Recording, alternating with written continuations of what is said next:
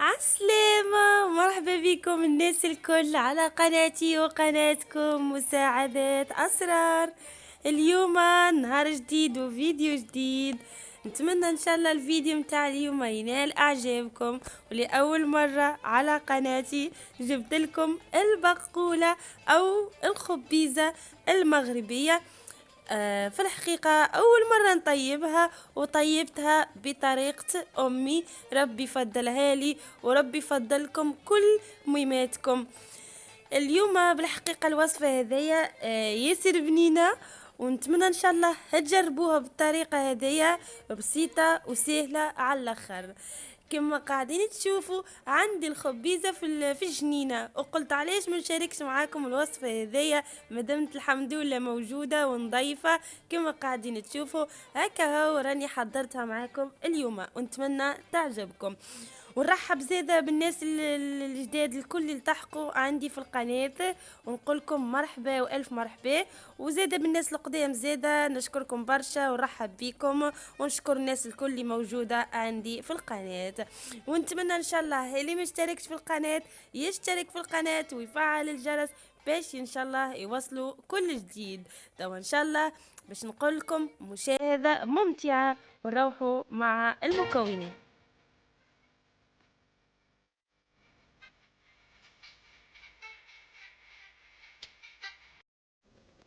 توا باش نحضروا مع بعضنا من بعد ما دخلنا الكوجينة. كما تشوفوا معايا هوني عندي 3 باقات من الخبيزة. بالنسبة للخبيزة راني نظفتها بالكدا ونحيت منها الأوراق هذوك الصفر. وهنا زادا عندي حزيمة صغيرة متاع المعدنوس.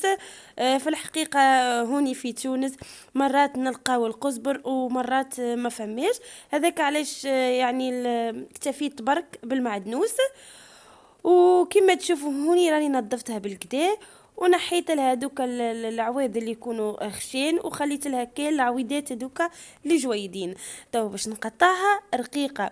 بالنسبه لكم نتوما تحبوا تقطعوها رقيقه جويده اللي تحبوا يا معناها تخليوها خشينه.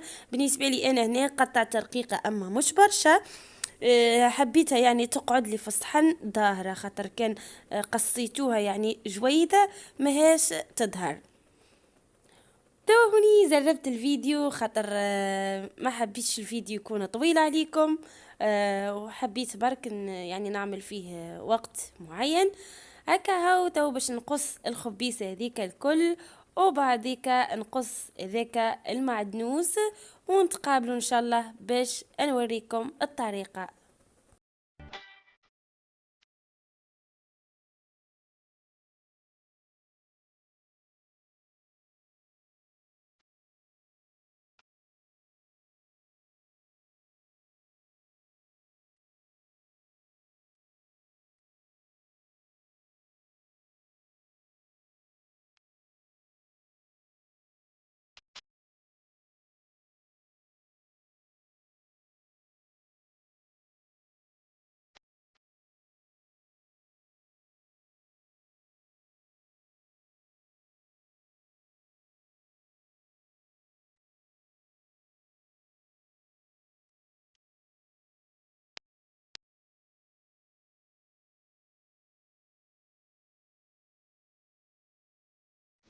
هوني من بعد ما كملت قصان متاع الخبيزة والمعدنوس، جبت المقفول متاعي اللي نظفته زيادة بالكدا، وباش نصب فيه هذيك الخبيزة الكل.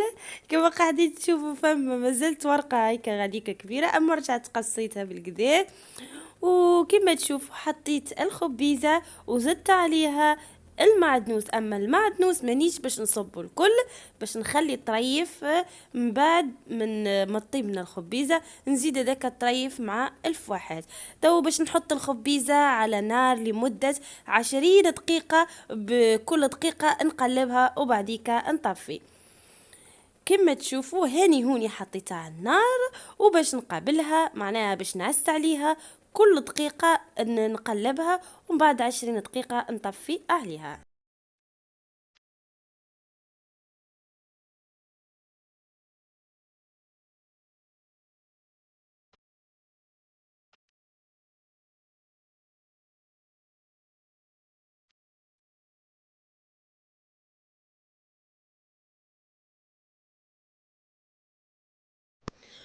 بالنسبة لهوني المكونات سهلين.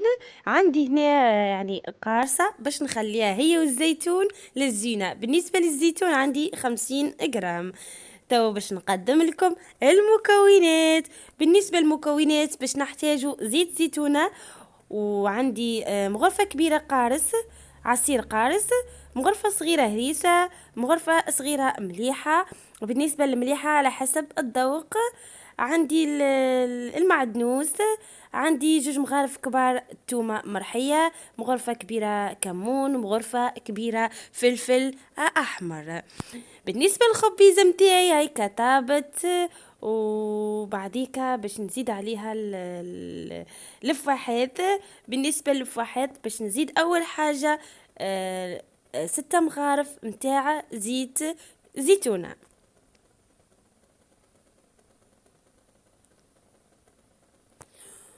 وفما شكون يحب معناها يعمل باقة ولا باقتين من الخبيزة يعمل 5 مغارف زيت زيتونة. بالنسبة لي أنا هوني عندي 3 باقات، يعني عملت 6 مغارف زيت زيتونة. باش نزيد عليهم المليحة، ونزيد مغرفة متاع هريسة، مغرفة صغيرة أما مش حارة برشا، يعني ما جاتنيش حارة برشا.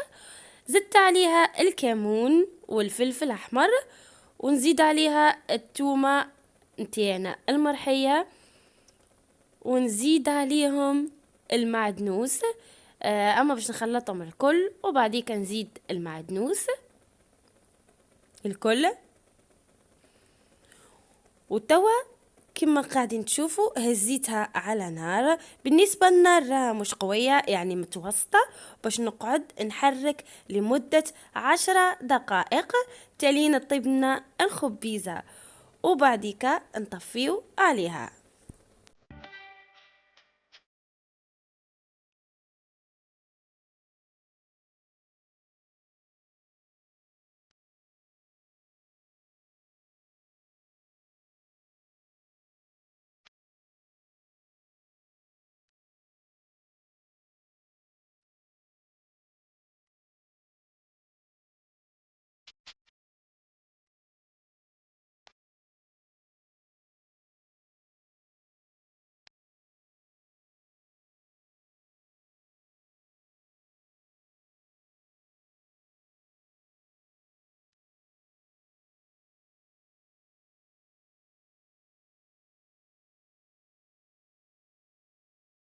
كما قاعدين تشوفوا هوني من بعد ما طابتنا الخبيزة متاعنا اللي خليتها هوني 9 دقائق، باش نزيد عليها هذيك المغرفة الكبيرة من عصير القارص او عصير الحامض، ونخليها تكملنا 10 دقائق ونطفيو عليها. كما قاعدين تشوفوني من بعد ما طابت الخبيزه متاعنا، في الحقيقه الريحه متاعها ياسر بنينه على الاخر. توا باش نحطها ان شاء الله في الصحين متاعنا، ونتقابلوا ان شاء الله في طاوله التقديم.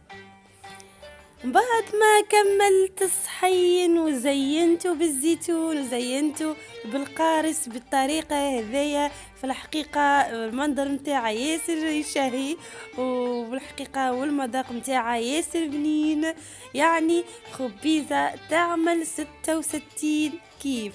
ان شاء الله نودكم ولا نشهيكم، هذه طريقة امي الحبيبة. نتمنى ان شاء الله تجربوها بالطريقة هذيا وتقولوا لي اش قولكم في الخبيزه. وصفه في الحقيقه سهله وبسيطه وما فيهاش برشا مكونات. نشكركم برشا على مشاهده الفيديو، ونشكر زيدا الكل اللي تبع قناتي وقناتكم مساعدات اسرار، ونشكركم زيدا على التعليقات متاعكم المزيانه اللي تخليولي واللي تفرحني وتزيد تحفزني باش نعمل لكم برشا فيديوهات. توا ما عليا ان شاء الله الا نقول لكم اذا عجبكم الفيديو ما تنسوش اللايك والاشتراك كيف العاده، واللي مشتركش في القناه يشترك ويفعل الجرس باش يوصلوا ان شاء الله كل جديد. توا باش نقول لكم مع السلامه.